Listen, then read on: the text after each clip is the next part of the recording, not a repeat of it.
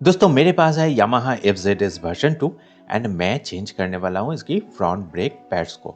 आप खुद से ही घर पे ब्रेक पैड रिप्लेसमेंट का प्रोसेस को कर सकते हो कंप्लीट एंड ब्रेकिंग सिस्टम को कर सकते हो इम्प्रूव। बस आपके पास होना चाहिए 10 mm और 12 mm का स्पैनर या फिर हेक सॉकेट से भी काम चल जाएगा। एक फिलिप्स हेड स्क्रू ड्राइवर, छोटा सा hammer, .4 brake fluid top up करने के लिए एंड क्योंकि हम ब्रेक फ्लूइड को टॉप अप करेंगे तो थोड़ा सा ब्रेक फ्लूइड को ब्लीड करने के लिए 10 रुपीज़ में हार्डवेयर शॉप में मिलने वाला ये लेवल पाइप, हालांकि इसे सिलिकॉन पाइप भी बोला जाता है। And finally Yamaha FZ compatible brake pads. आप जेन्युइन ब्रेक पैड्स का यूज़ कर सकते हो, लेकिन इसके लिए आपको यामाहा स्टोर पे जाके इसे खरीदना पड़ेगा एंड ऑनलाइन बाई करने के लिए सिमिलर परफॉर्मेंस देने वाला निकावी ब्रेक पैड्स को आप कंसीडर कर सकते हो। इसका लिंक मैं डिस्क्रिप्शन में डाल दूंगा, आप चाहो तो प्राइस को चेक कर सकते हो। दोस्तों जैसे कि आप ऑलरेडी जानते हो, कैलिपर को फ्रंट व्हील से हमें करना है अलग। सबसे पहले 12 mm स्पैनर की मदद से इन दोनों बोल्टों को हमें लूज करके निकाल लेना है।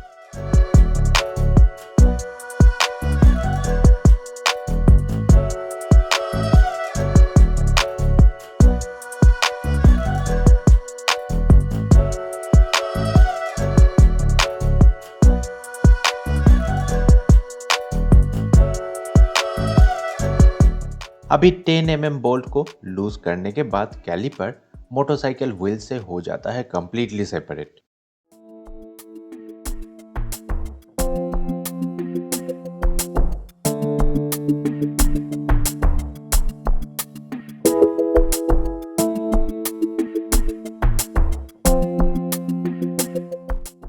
ब्रेक पैड्स को कैलिपर से अलग करने के लिए मैं स्क्रू ड्राइवर की मदद से इन दोनों सेफ्टी पिंस को निकाल लेता हूं।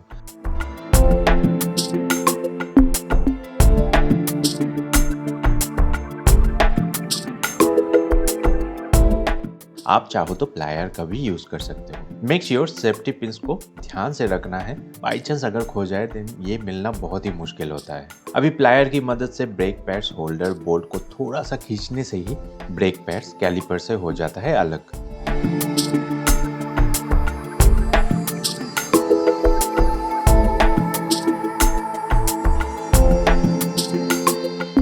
आप दोनों पैड्स की हालत देख सकते हो, ऑलमोस्ट 98% ये घिस चुका है। यामाहा FZ वर्जन 2 में यूज होने वाली जेन्युइन ब्रेक पैड्स की कीमत आज के डेट में है 200 रुपीज।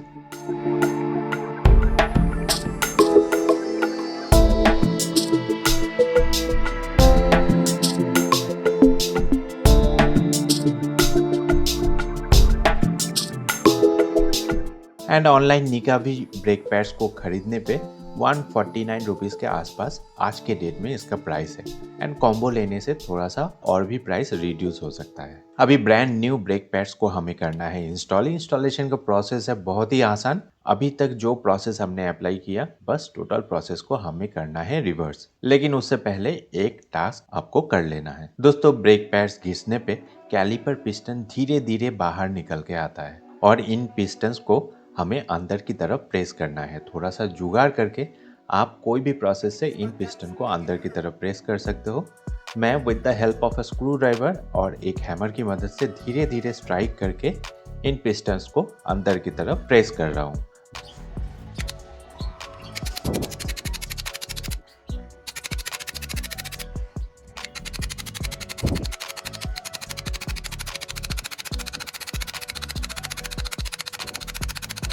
दोनों पिस्टन अंदर की तरफ जाने के बाद ब्रेक पैड्स को इंस्टॉल करना होता है बहुत ही आसान।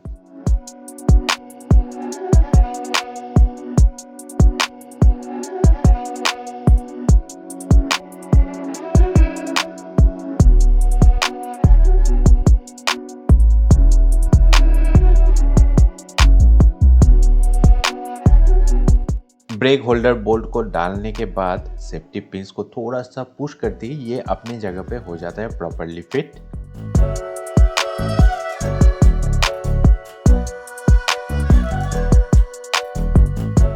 And brake caliper set new brake pads के साथ हो जाता है रेडी। अभी दोनों ब्रेक पैड्स के गैप में डिस्क को करना है हमें set.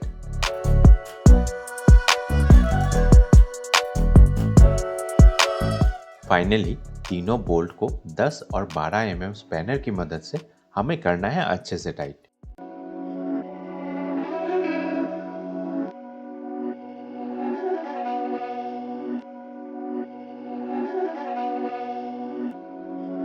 Beats by Dallas, make it hurt.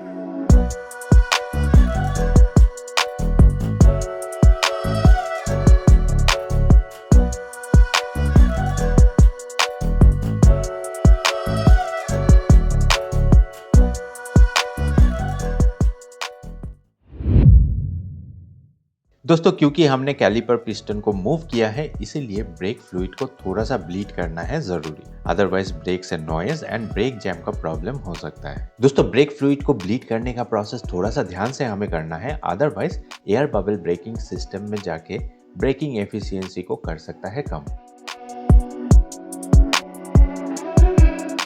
Breaks को थोड़ा सा पंप करने के बाद लीवर को प्रेस करके रखना है and at the same time 8 spanner की मदद से कैलिपर ऑयल आउटलेट बोल्ट को हमें करना है लूज करते ही ऑयल थोड़ा सा ब्लीड होके पाइप में जमा हो जाएगा। इन द मेन टाइम हमें इसे फिर से टाइट करना है एंड अभी हम ब्रेक लीवर को कर सकते हैं रिलीज, इससे एयर बबल अंदर नहीं जाएगा। ब्रेक फ्लूइड ब्लीड करने का इस प्रोसेस को 2-3 बार हमें रिपीट करना है एंड जरूरत पड़ने पे ऑयल रिजर्वायर में maximum and minimum level check करके .4 ब्रेक फ्लूइड इसमें फिल करना है।